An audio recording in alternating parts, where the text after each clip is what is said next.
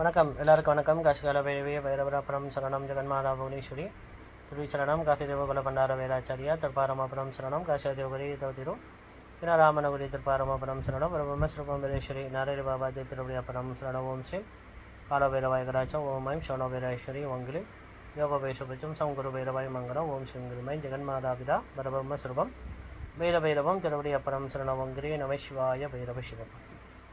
இன்றைக்கி முக்கியமான ஒரு ஆன்மீக தகவல், அதாவது காசி புவனேஸ்வரி காசி கால பைரவி பைரவர் புவனேஸ்வரி ஆன்மீக தகவல். திதி விஷ்ணு ததா வாரஹா நட்சத்திர விஷ்ணு தேவசா யோகச கரணம் சைவ சர்வ விஷ்ணு மாயா ஜெகத்குரு குரு பிரம்மா குரு விஷ்ணு குருதேவோ மகேஸ்வரா குரு சாட்சாத் பரபிரம்மா தஸ்மை ஸ்ரீ குருவே நமோ நமஹா. அதாவது இன்றைக்கி தேதி 4ஆம் தேதி 5ஆம் மாதம் 2/5 மாலை மணி ஒரு 3 மணி போல் ஒரு முக்கியமான ஒரு காசி புவனேஸ்வரி பைரவி பைரவர் ஆன்மீக தகவல். அதாவது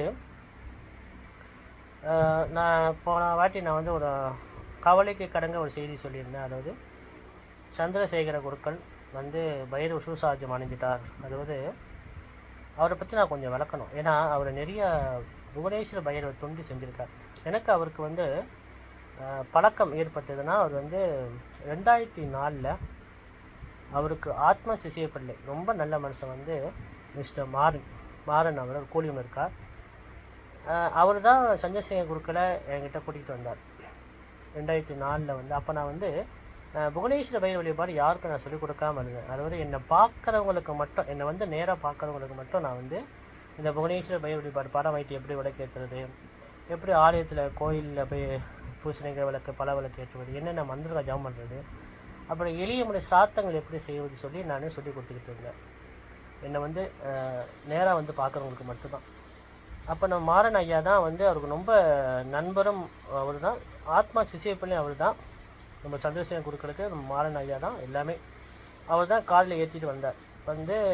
பழக்கம் ஏற்பட்டது. அவர் எல்லா விஷயம் நானும் அவருக்கு எல்லாம் சொன்னேன். இது எல்லாத்துக்கும் தெரியும். ஏன்னா அந்த குரூப்பில் பாதி பேர் இருக்காங்க. பிரசத்வான் காசிக்கால பண்டார பைரவ காட் மலேசியாவில் உள்ள குரூப் பாதி பேர் டிக்டாக்கில் இருக்கிறனால நான் போய் சொல்ல முடியாது. அவருக்கு நல்லா நான் சொல்லிக் கொடுத்து அவர் தான் புவனேஸ்வர் அருளோட காசி கால பைரவர் அருளோட பிரலிஷ் மாநிலத்தில், கிடா மாநிலத்தில், அதாவது பிணைங் மாநிலத்தில், சித்ராவில் எல்லா இடத்துலையும் அவர் தான் இந்த புவனேஸ்வர பைரவ வழிபாடு அவரை நாடி வரவங்களுக்கு அவர் சொல்லிக் கொடுத்தார். எனக்கு தெரியாமல் எத்தனை பேர் சொல்லிக் கொடுத்தாங்க எனக்கு தெரியாது. ஆனால் எனக்கு தெரிஞ்சு நான் அவரை பற்றி சொல்லி ஆகணும் இல்லையா? ஏன்னா அவர் எங்கள் கூட இருந்தவர், எல்லா ஹோமத்துக்கும் எங்கள் கூட இருந்தவர்.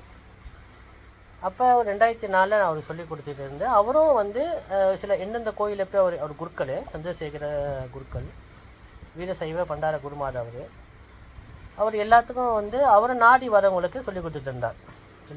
அதே மாதிரி 2008 நான் அறிக்கை செய்கிறேன். அதாவது ஒரு ஆர்டிக்கல் எப்படின்னா, எளிய முறையில் எப்படி வீட்டில் புவனேஸ்வர பைரவ வழிபாடு படம் வச்சு எப்படி செய்வது, ஆலயத்தில் எப்படி பல விளக்கு ஏற்றுவது சொல்லி நான் ஒரு ஆர்டிக்கல் செய்கிறேன், சொந்தமாக செய்கிறேன். அது எல்லாத்துக்கும் தெரியும். அந்த ஆர்டிக்கல் 2008 நான் சந்திரசேகர குருக்கிட்ட நான் அவர் எடுத்துகிட்டு போய் எல்லாத்துக்கும் கொடுத்தார். வரவங்களுக்கெல்லாம் கொடுத்து இன்றைக்கி பிணைங்களை கிடாவில் பிரிலிஸில் இந்த மாதிரி இடத்துல அவர் மூலியமாக தான், சந்திரசேகர குருக்கள் மூலியமாக தான் இந்த புவனேஸ்வர பைரவ வழிபாடு பரவலப்பட்டது. அது எல்லாத்துக்குமே தெரியும். அப்போ அவர் ஒரு குருவாக எல்லாம் சொல்லிக் கொடுத்தார். நான் பேராமானியத்தை சொல்லிக் கொடுத்தேன். அப்புறம் கேரள வரவங்களுக்கு கொஞ்சம் வாட்டிக்கெல்லாம் கொடுத்து கொஞ்சம் சொல்லிக் கொடுத்தோம். ஆனால் அவரோட தொண்டு பெரிய தொண்டு. அப்போ ஒரு குரு, சந்திரசேகர குருக்கள் ஒரு குரு. அப்போ 2008 அவர் அந்த அறிக்கையெல்லாம் போட்டு 2015 நான் வாட்ஸ்அப் திறக்கும் போது அவர் அந்த குரூப்பில் பிரசத்தோனில் சேர்ந்து 2016 நாங்கள் வருஷத்துக்கு ஒரு முறை யாகங்கள் பண்ணிக்கிட்டு வந்தோம். எல்லாத்துக்குமே தெரியும். ஆனால் அவருக்கு சில ஜாதக கர்மான்னு ஒன்று இருக்குது இல்லையா? நம்ம என்ன தான் குருக்களாக இருந்தாலும், என்ன தான் ஒரு விசேஷமாக இருந்தாலும் ஜாதக கர்மான்னு ஒன்று இருக்குது. அப்போ அவருக்கு சில கெட்ட காலம் ஏற்பட்டது. நானும் சொல்லியிருந்தேன், நம்ம குரு பெட்டின் உமா அம்மாவுக்கு எல்லாம் தெரியும், உமா அம்மாவுக்கு எல்லா விஷயமும் தெரியும். நானும் சொன்னேன், ஐயா உங்களுக்கு நேரம் கொஞ்சம் சரியில்லாமல் இருக்குது, நீங்கள் ஊருக்கு போங்க, இல்லை உடம்பையாவது கொஞ்சம் கவனமாக பாருங்கன்னு சொல்லியிருந்தேன். அவர் எதுவுமே கண்டுக்கலை. அவர் எல்லாம் பைரவ பார்த்துப்பார். ஒரு பக்கம் நம்மளுக்குன்னு ஒரு கர்மா இருக்குது இல்லையா? நம்மளும் கொஞ்சம் கவனமாக கேர்ஃபுல்லாக இருக்கணும் இல்லையா? அவர் கொஞ்சம் அசால்ட்டாக இருந்துட்டார். அது எல்லாத்துக்கும் கொண்டு வந்தானே, அது ஒரு பெரிய கவலை தான். ஏன்னா அவர் இங்கே கூட இருக்கணும். ஏன்னா எங்களோட புவனேஸ்வர பைரவ தொண்டு அவர் நிறைய செய்தார். அவர் ஒரு குரு.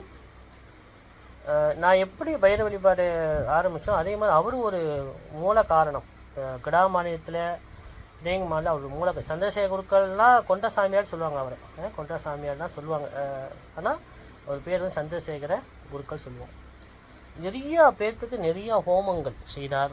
கோயிலில் நிறைய பைரவர் வந்து ஹோமங்கள், பைரவர் அஷ்டமி பூஜை, அவர் எந்தெந்த கோயிலில் போய் இருக்கிறாரோ அந்தந்த கோயிலில் பைரவருக்கு விசேஷமான பூஜை எல்லாம் செய்து ஒரு மக்களுக்கு ஒரு இந்த பைரவ வழிபாடு பிரபலமாக மாற்றப்பட்டார். அவர் மூலியம் தான் அவருக்கு தர்மம், அது வந்து அவரோட புண்ணியம். அவர் அடுத்த ஜென்மம் கண்டிப்பாக ஒரு நல்ல ஒரு ஜீவாத்மாவை தான் பிறப்பார். அவர் செய்த தொண்டு, அவர் செய்த தர்மம் அவர் பிள்ளைங்களுக்கும் அவர் குடும்பத்துக்கும் கண்டிப்பாக போய் சேரும். ஆனால் அவர் வந்து ஃபாரின்ஸ்னால் இந்தியாக்காரரு. 30ஆம் தேதி 4ஆம் மாதம் 2025 தான் அவர் வந்து பைரவ சிவசாஜ்யம் அடைந்தார். சிவசாஜ்யம்னா உங்களுக்கு தெரியும், இறப்பு, இறந்துட்டார். ஹாஸ்பிட்டலில் ஒரு 2-3 நாள் கொஞ்சம் முடியாமல் இருந்து இறந்துட்டார். ஆனால் அவருக்கு வந்து நிறைய சிசிய பேர் இருந்தாங்க. அவங்களாம் நல்லா இருப்பாங்க. வந்து நம்ம மாறன் ஐயா, அவர் ரொம்ப ஆத்மா சிசிய பிள்ளை. அப்பா அம்மாவுக்கு அடுத்து நம்ம சந்திரசேகர குருக்கள். அவர் ஃபேமிலி, அவர் பிள்ளைங்க நல்லா இருக்கணும். 2வது கூலிங் உமா அம்மா சொல்லுவோம். அவரும் வீட்டுக்காரர் எனக்கு பேர் தெரியல, வீட்டுக்காரர் பேர் எனக்கு தெரியல.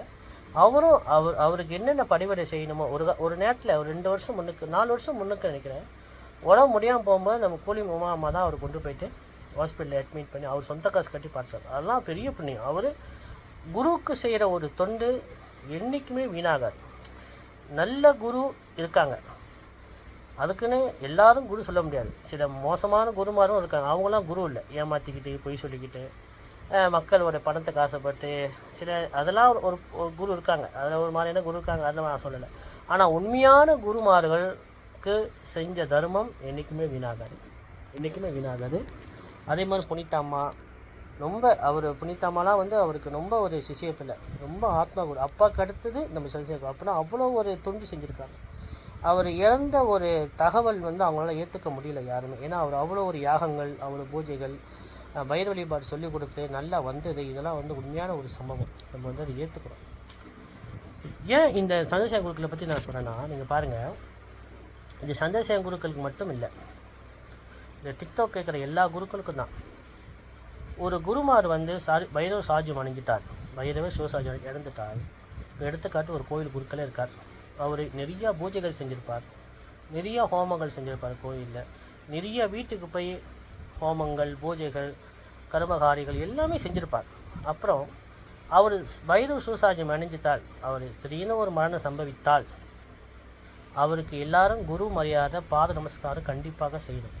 இப்போ பாருங்கள், சந்திரசேகர குருக்களோட மனைவி குடும்பம்லாம் இந்தியாவில் இருக்காங்க. அப்போ எங்களை குரூப் அட்மின் வந்து ஃபோன் பண்ணி கேட்டாங்க, அம்மா நாங்கள் எதுவுமே செய்ய முடியாது, ஏன்னா நாங்கள் பிண்ட பிரசாதம் பிரேயத்துக்கு பிறகு பிண்ட பிரசாதம் சமஸ்காரம் பிண்ட பிரசாதத்தை கண்டிப்பாக கோயில் நிர்வாகம் கண்டிப்பாக அனுப்பிப்போம். கோயில் நிர்வாகத்துக்கும் ரொம்ப நன்றி சொல்லணும். அவர் பேர் கூட எனக்கு தெரியல. தலைவர் தம்பிலாம் வந்து ரொம்ப தொண்டு செஞ்சாங்க. நிர்வாகம் வந்து அவரை வந்து அவர் இறந்த பின் அவர் உடம்பை மரியாதை செய்து முறைப்படி ஊருக்கு இன்றைக்கி தான் அனுப்பி வச்சு 2 நாள் முன்னுக்கு அனுப்பிட்டாங்க. இன்றைக்கி தான் போய் சேரும், 4ஆம் தேதி தான் போய் சேரும்னு நினைக்கிறேன். அப்போ அந்த கோயில் நிர்வாகத்துக்கும் பெரிய புண்ணியம். தலைவர் தம்பி பேர் கூட எனக்கு தெரியல. அவர்னா சிவபராம் ஹாஸ்பிட்டலில் நான் நேராக பார்த்தேன். அவர் தான் அந்த சூறாலாம் எடுத்து அவருக்கு என்ன டாக்குமெண்ட் எடுத்து அவர் எப்படி முறைப்படி அனுப்பணும், அவர் தான் பெரிய புண்ணியம் செஞ்சார். ஏன்னா நான் அடிக்கடி சொல்லுவேன், இந்த சமட்டிகரணம் என்பது ரொம்ப முக்கியமான ஒரு பூஜை, ஒரு இறப்பு காரியம் ரொம்ப முக்கியமான பூஜை. தாய், தந்தை, குரு, மாதா, பிதா, குரு, இந்த 3 பேர்த்துக்கும் நம்ம முறைப்படி நம்ம வந்து இறைவனுக்கு சமமாக பாவித்து இது பூஜிக்கணும். நீங்கள் பாருங்கள், ஒரு ஆலய குருக்கள் நிறைய ஹோமங்கள், பூஜைகள் செஞ்சுருப்பார். அவருக்கு கடைசி காரியான அவர் வயசாக இறந்த பின் அவருக்கு மறுபடி குரு பூஜை, பாத தர்ப்பணம், குரு பூஜை கண்டிப்பாக செய்யணும். அது செய்யலைன்னா அவர் செய்த பூஜா பலன், அவர் மற்றவங்களுக்கு வாழ்த்தின சங்கல்ப அர்ச்சனை, அவர் மற்றவங்களுக்கு செய்த பூஜை எல்லாம் உயிர் இல்லாமல் போய்விடும். இது ஏன் நான் சொல்கிறேன்னா, கண்டிப்பாக எல்லாம் தெரிஞ்சுக்கங்க. நம்ம பேர்த்துக்கு வந்து ஒரு குருமார் ஒரு இடத்துல ஒரு கோயில் குருக்களே பயிர் சிவசாஜி அணிஞ்சிட்டா அதை வந்து ஒரு மாதிரியே நினைக்கிறாங்க. அப்படி நினைக்கவே கூடாது. அவர் செய்த தர்மம், அவர் செய்த பூஜை, அவர் செய்த மந்திர ஜபம், அவர் கோயிலில் செஞ்ச துண்டு அதெல்லாம் உயிர் பெறணும்னா அவர் இறுதி காரியமான சமட்டீகரணம், அந்த பிண்ட பிரசாதம் பிரீதத்துக்கு பாத நமஸ்காரம், குரு தர்ப்பணம் கண்டிப்பாக செய்யணும் பாதத்துக்கு. நேற்று பார்த்து நான் டிக்டாக்கில் போட்டிருப்பேன். நானே ரவி குருக்கள்ல நானே சந்திரசேகர குருக்களுக்கு போயிட்டு எங்களால் அதுதான் செய்ய முடிஞ்சிச்சு. ஏன்னா 12 மணிலேருந்து 1 மணி நேரம் தான் அவருக்கு நீங்கள் பார்க்க முடியும் ஹாஸ்பிட்டல் சொல்லிட்டாங்க. அப்போ எங்களோட புருஷோத்தம் காசி கால பண்ற பயிர் காட்மலேசியில் உள்ள சரசம்மா, நம்ம சரவண ஐயா, ஆயிரத்தவா சரவண ஐயா, அப்புறம் நம்ம மாறன் ஐயா, கோயில் தலைவர் காரா எஸ்டேட் கோயில் தலைவர், அவர் தம்பி பேர் தெரியல எனக்கு. அப்புறம் இன்னும் ரொம்ப பேர் கோழி உமா அம்மா, அப்புறம் நம்ம அவர் கணவர் உமாமா கூலி உமாமா கணவர், அப்புறம் வந்து இன்னொருத்தவங்க பரமேஸ்வரி அம்மா, அப்புறம் நம்ம புஷ்பா அம்மா, இன்னொரு அம்மா நல்ல பேர். இவங்கெல்லாம் வந்து எங்கள் குரூப்பில் உள்ளவங்க. ஜெகதாம்பாள் இவங்கெல்லாம் வந்து அவர் பாதத்தில் நின்று ஒரு பாதத்தை தொட்டு 108 மாத்ரு பித்ரு காயத்ரி மந்திரம் சொல்லி அஷ்டோத்திரமும் சொல்லி கால பைரவி காயத்ரி மந்திரம் சொல்லி அவருக்கு பாத தர்ப்பணம் பண்ணிவிட்டு அவர் காதில் ராம் ராம் என்ற பிரணவ மந்திரத்தை நாங்கள் சொன்னோம். அவர் ஆத்ம முக்தி பெறணும்னு சொல்லி. இது எங்களோட கடமை. ஏன்னா நாங்கள் மற்றவங்களுக்கு எப்படியோ தெரியாது எனக்கு, ஆனால் எங்களுக்கு 2004 எனக்கு பழக்கமாக இருந்தால் 2015 தான் குரூப்பில் அவர் சேர்ந்து அவர் எல்லா பைரவ ஹோமத்துக்கும் வந்து தொண்டு செஞ்சுருக்காரு. அப்போ அவர் தொண்டு எங்களுக்கு பலிக்கணும், அவர் செய்த தொண்டு நாங்கள் மதிக்கணும். இல்லைனா அவருக்கு நாங்கள் இந்த பாத நமஸ்காரம் குரு பூஜனை செய்யலைன்னா அவர் செய்த தொண்டு தர்மம் எங்களுக்கு உயிர் இல்லாமல் போய்விடும். இதுதான் குரு மரியாதை, குரு பாத நமஸ்காரம் தர்ப்பணம். இது ரொம்ப முக்கியம். எங்களோட கடமையை நாங்கள் செஞ்சிட்டோம். அதே மாதிரி மலேசியா மக்களுக்கு நான் என்ன வேண்டிக்கிறேன்னா, கூலி மக்களுக்கு எல்லாரும் நான் பார்த்த வரைக்கும் அவ்வளோ பேர் அன்றைக்கி வந்து ரொம்ப வருத்தப்பட்டாங்க. சந்திரசேகர குருக்கள் எங்களுக்கு குடும்பத்தில் வந்து இந்த ஹோமம் செஞ்சார், அந்த ஹோமம் செய்தார், எங்கள் எல்லா தேவைக்கும் அவர் தான் நாங்கள் கூப்பிடுவோம், அவர் தான் முன்னுக்கு செய்ய நல்லா இருக்கிறோம். ஒருத்தனா அம்மா ரொம்ப அழுவாத குறையும் என்கிட்ட சொன்னாங்க. அப்போ இப்படிலாம் ஒரு குருமார்கள் இருக்கும்போது அந்த குருக்கள் ஒரு கால் பைரவ சாஜம் அணிஞ்சிட்டால் அவர் உடம்பு அழுவக்கூடாது. ஒன்று அந்த உடம்பு அழுவறக்குள்ளே அதை வந்து அக்னி தனகம் பண்ணணும். எப்படின்னா அக்னி தனகம்னா அதை அக்னி பண்ணி அதை எரிப்பாங்க சொல்லுவாங்க. புதைப்பது அவள் நல்லதில்லை, ஏன்னா அதை உடம்பு வெடித்து விண்ணப்பம் மாவி அது சதுரம், அது புதைப்பது அவள் சிறப்பில்லை. ஒன்று அக்னி தனகம் பண்ணணும்.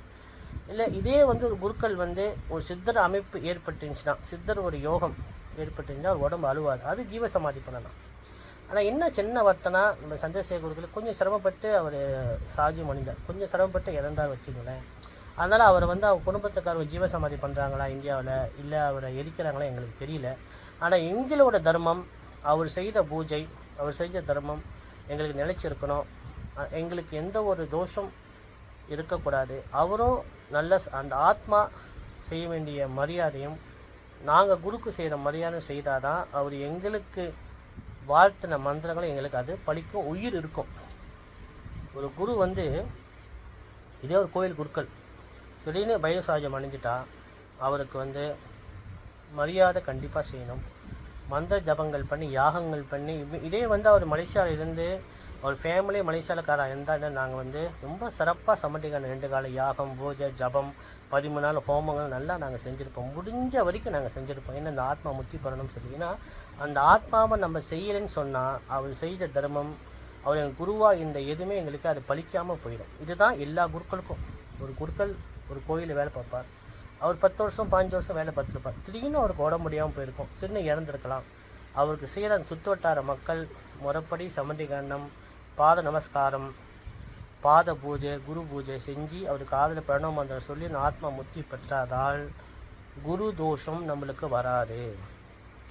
இதை ஏற்றுக்கிறாங்களோ ஏற்றுக்கலையோ, ஆனால் என்னோடய தர்மம் நான் சொல்லி தான் ஆகணும். ஏன்னா நம்ம பேர் வந்து இறப்பை எடுத்தோடனே அது தோஷம் தீட்டு அது என்னமோ சொல்கிறாங்க, சொல்லிட்டு போகிறாங்க.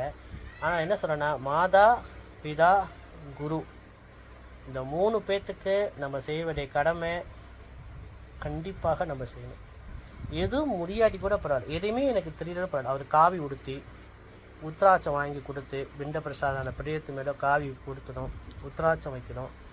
பாதத்தை பன்னீரால் தொட்டு அபிஷேகம் பண்ணி தொட்டு கன்னத்தில் வச்சுக்கிட்டு காலகாலாய் வித்மகே கால தீர்த்தாய் தீமகே தன்னோ கால பைரவி பைரவர் பிரஜோதியார் ஒரு 51 முறையாக சொல்லி காதில் வந்து ராம் ராம் என்ற மந்திரத்தை சொல்லி ஆத்மா முக்தி பெறணும்னு சொல்லி கண்டிப்பாக நம்ம பிரார்த்தனை செய்யணும். அதே மாதிரி அவர் எங்களுக்கு குருவாக இருக்கிற வரைக்கும் அவர் செய்த தர்மம், அவர் எங்களுக்கு வாழ்த்துற மந்திரம், அவர் செய்த ஹோமங்கள் எங்களுக்கு நினைச்சு நிற்கிற அந்த சக்தி இந்த ஆத்மா முக்தி பெறணும்னு சொல்லி நம்ம கண்டிப்பாக இறைவனுக்கு சமமாக இந்த சமண்டி காரணம் சொல்கிற எருப்பு காரியத்தை அம்மாவுக்கு, அப்பாவுக்கு, குருவுக்கு கண்டிப்பாக நம்ம செய்யணும். அப்படி செய்யலை சொன்னால் ஒரு குருவாக இருந்து நம்மளை செய்த எந்த பொருள் நம்மளுக்கு பலிக்காமல் போயிடும். இதுதான் விசேஷம். ஏன்னா இன்றைக்கி தேதி வந்து நேற்று 3ஆம் தேதி தான் நாங்கள் போய் எல்லா பூஜையும் நாங்கள் செய்தோம். சந்தேசங்களுக்கு 1 மணி நேரம் தான் எங்களுக்கு டைம் கொடுத்தாங்க. அதனால் எங்கள் தர்மப்படி நாங்கள் என்ன செய்யணுமோ நாங்கள் செய்தோம். சரி, இப்போ வந்து நேற்று வந்து நான் வந்து இந்த எளிய முறையில் சிராத்தம் லகுவாக எப்படி சிராத்தம் செய்வது நான் சொல்லி கொடுத்தேன். எல்லோரும் அதை வந்து இது பழைய பழையனோட பயிர் அடியார்கள்லாம் இந்த சிராத்தம் தர்ப்பணம் கண்டிப்பாக செய்வாங்க. எல்லாம் செஞ்சுக்கிட்டு இருக்காங்க, அது தப்பு இல்லை. ஆனால் புதுசாக இந்த டிக்டாக்கில் கேட்குறவங்களுக்கு கொஞ்சம் தடுமாற்றம் ஏற்பட்டால் இந்த எப்படி இந்த பிண்டம் பிடிப்பது, அதை 5 மந்திரம் நான் சொல்லி கொடுத்தேன்ல. மந்திரம் வந்து மம ஜென்ம ஆத்மா பிண்டம் தற்பயாமி சுதாதேவி நம்ம தற்பயாமி சொல்லி நீர்வர்க்கம் பண்ணோம். ரெண்டாவது வந்து மம ஜென்ம நித்திய மாத்து பிதர்கள் பிண்டம் தற்பயாமி சுதாதேவி நம்ம தற்பயாமி ரெண்டாவது பிண்டம். 3ஆம் பிண்டம் மம ஜென்ம திவ்ய மாத்து பித்தர்கள் பிண்டம் தற்பயாமி சுதாதேவி நம்ம தற்பயாமி. 4வது மந்திரம் மம ஜென்ம காருண்ய மாத்திரு பித்தர்கள் பிண்டம் தற்பயாமி சுதாதேவி நம்ம தற்பயாமி. 5வது மந்திரம் மம ஜென்ம நட்சத்திர கோத்திர ரிஷி பிண்டம் தற்பயாமி சுதாதேவி நம்ம தற்பயாமி. இந்த 5 மந்திரம் கற்றுக்குங்க. அப்படி இல்லைன்னு சொன்னால் உங்களுக்கு இன்னும் தெளிவுபடணும்னு சொன்னால் எனக்கு கால் பண்ணுங்கள், திருப்பி நான் விளக்குறேன், நான் வீடியோ அனுப்புகிறேன். இல்லைனா நம்ம எட்மின் அம்மாட்டையும் கேட்கலாம். அம்மாட்ட கோர்ஸம் 1 4 3 கோர்ஸம் 9 6 7 கோர்ஸ் 7. என்னோடய குரூப்பில் உள்ள எல்லாருமே ஆரம்பத்தில் இந்த தர்ப்பணம் லகுவாக செய்கிறதுக்கு கற்றுக்க ரொம்ப சிரமப்பட்டாங்க. ஆனால் செய்து இப்போ வந்து அவங்களே மற்றவங்களுக்கு சொல்லிக் கொடுக்குற அளவுக்கு திறமையாக வந்துட்டாங்க. அதனால் 5 பிண்டம் மட்டும் நீங்கள் செய்து பழகுங்க. அதன் பின் நீங்கள் எந்த ஒரு மந்திரமும் சொல்லாமல் எந்த ஒரு தர்ப்பணம் செயல்முறைகள் செய்யாமல் உங்களுக்கு வராது. தெரிஞ்ச வரைக்கும் புரிஞ்ச வரைக்கும் கண்டிப்பாக நீங்கள் செய்யணும். எல்லாருமே எடுத்தோன்னே எல்லாமே கரெக்டாக செய்ய முடியாது, கொஞ்சம் தடுமாற்றம் இருக்கும். எல்லாருமே ஒரு தப்பை பல முறை செஞ்சால் தான் அது உண்மையை கண்டுபிடிக்க முடியும். அதே மாதிரி ஆரம்பத்தில் என் குரூப்பில் எல்லோரும் கொஞ்சம் தவறாக தான் செஞ்சுட்டு வந்தாங்க. அப்புறம் சொல்ல கேட்க அதை செய்ய அவங்களால திருத்தி இன்றைக்கி 30 பிண்டத்துக்கு அளவுக்கு சிறப்பாக செய்கிறாங்க. ரொம்ப சந்தோஷமாக இருக்குது. அதனால் என்ன சொல்கிறேன்னா, இந்த 5 பிண்டம் மட்டும் பிடிச்சி இந்த மந்திரத்தை சொல்லி நீங்கள் தர்ப்பணம் பண்ணுங்க. இல்லைன்னா உமா மாட்டி நீங்கள் கற்றுக்கலாம், ஃபோன் பண்ணி கேட்கலாம், சொல்லிக் கொடுப்பாங்க. நானும் உங்களுக்கு திருப்பி நான் உங்களுக்கு சொல்லிக் கொடுக்குறேன். இந்த 5 பிண்டத்துக்கு ஓரளவு நீங்கள் செய்தால் தான் அடுத்த 5 பிண்டத்துக்கு நீங்கள் தெளிவாக போக முடியும். ஏன்னா எடுத்தோன்னே நம்ம வந்து தடுமாற்றம் இருக்க தான் செய்யும், யாராக இருந்தாலும் அது இருக்க தான் செய்யும். ஏன்னா இந்த தர்ப்பணம் என்பது வந்து முன்னோர்கள் நம்ம கொடுக்குற பிரசாதம். ஒரு ஹோமத்தை கூட ஒருத்தவங்க வராமல் ஒரு குருக்கள் செய்ய முடியும், அவர் ஆச்சாரியை நம்ம செய்ய முடியும். ஆனால் உங்களோட முன்னோர்களுக்கு ஆத்மாக்களுக்கு நீங்கள் தான் பிண்டம் கைப்பட கொடுத்தா தான் அது போய் சேரும். இல்லைன்னா அது ரொம்ப தடங்கலாகும், அது சரிவர வராது. ஏன்னா இந்த மாத்ரு பித்ரு தோஷம் வந்து இருக்கக்கூடாது. இருந்துச்சுன்னா 40 வயதுக்கு பிறகு நிறையா பாதகம் பண்ணுது. குடும்பம் பிரியுது, யாரோ ஒருத்தங்க துர்மரணம் அடையிறது, திடீர்னு வந்து அவங்களுக்கு நல்லா இருப்பாங்க, திடீர்னு ஒரு சரிவு ஏற்படும். சில குழந்தைங்களுக்கு வந்து திடீர்னு நல்லா இருப்பாங்க, திடீர்னு அடிபட்டு ஒரு பேரலைஸ் ஆகவோ, இல்லை நடக்க முடியாமோ, இல்லை பெரிய நோய் வந்து வேதனை, இதெல்லாம் வந்து ஜாதக அன்பர்களுக்கு தெரியும், ஜோதிட சாஸ்திரம் படித்தவங்களுக்கு தெரியும். இதெல்லாம் மாத்ரு பித்ரு தோஷம். இந்த மாத்ரு பித்ரு தோஷம் எளிய முறை தான்.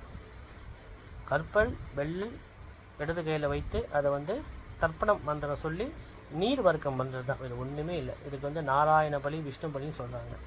அதனால் என்ன சொல்கிறேன்னா, தர்ப்பணத்தை எல்லோரும் தயவுசெய்து கற்றுக்குங்க. எனக்கு தெரியாது, எனக்கு நம்பிக்கை இல்லை அப்படின்னு தயவுசெய்து உங்களுக்கு வர யோகத்தை நீங்களே நழுவ விட்டுறாங்க. யாருமே இது வந்து சொல்லிக் கொடுக்க மாட்டாங்க. ஏன்னா இது நான் நான் சொல்லிக் கொடுக்கல. 2008 இது சொல்லிக் கொடுத்தேன், 2015 2வது ஈடு சொல்லிக் கொடுத்தேன். நிறைய பேர் கற்றுக்கு நல்லா இருக்காங்க. இப்போ 2025 3வது நான் சொல்லிக் கொடுக்குறேன். அதனால் நம்பிக்கையோட கற்றுக்குங்க. அப்புறம் நீங்கள் செய்த பலன் பார்த்துட்டீங்க சொன்னால் அப்புறம் பாருங்கள், நீங்கள் உங்கள் குழந்தைங்களுக்கு, உங்கள் நண்பர்களுக்கு, உங்கள் கூட பிறந்தவங்களுக்கு, உங்கள் சொந்தக்காரங்க எல்லாத்துக்கும் நீங்களே சொல்லிக் கொடுப்பீங்க, நீங்களே குருவாக இருப்பீங்க. ஏன்னா என்னோடய தர்மம். ஏன்னா எனக்கு அம்பாள்கிட்டேருந்து பைரவர்கிட்டேருந்து 2008 வந்த ஒரு அசுரி ரூபத்தில் கனவில் இதை சொல்லிக் கொடுக்க சொன்னாங்க. ஆனால் இந்த தர்ப்பணம் வந்து எந்த புக்லேயும் நீங்கள் பார்க்க முடியாது.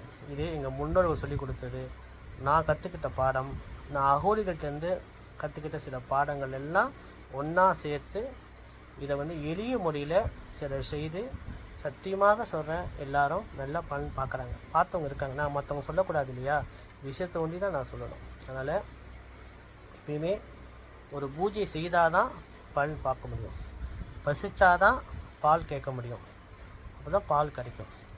பசிக்காமல் பால் கேட்காம உங்களுக்கு பால் இறைவன்கிட்டேருந்து கிடைக்காது, அமிர்தம் உங்களுக்கு கிடைக்காது. அதனால் எதுவுமே நீங்கள் கைப்பட செய்யணும், ஜபம் பண்ணணும். அதுக்காக கோவிலில் செய்கிறது தப்பு, கோயிலுக்கு அப்படி நான் சொல்ல மாட்டேன். நீங்கள் தர்ப்பணம் செய்கிற கோயில் போய் தர்ப்பணம் செய்யுங்க, ஆனால் எந்த இதுவும் தப்பு இல்லை.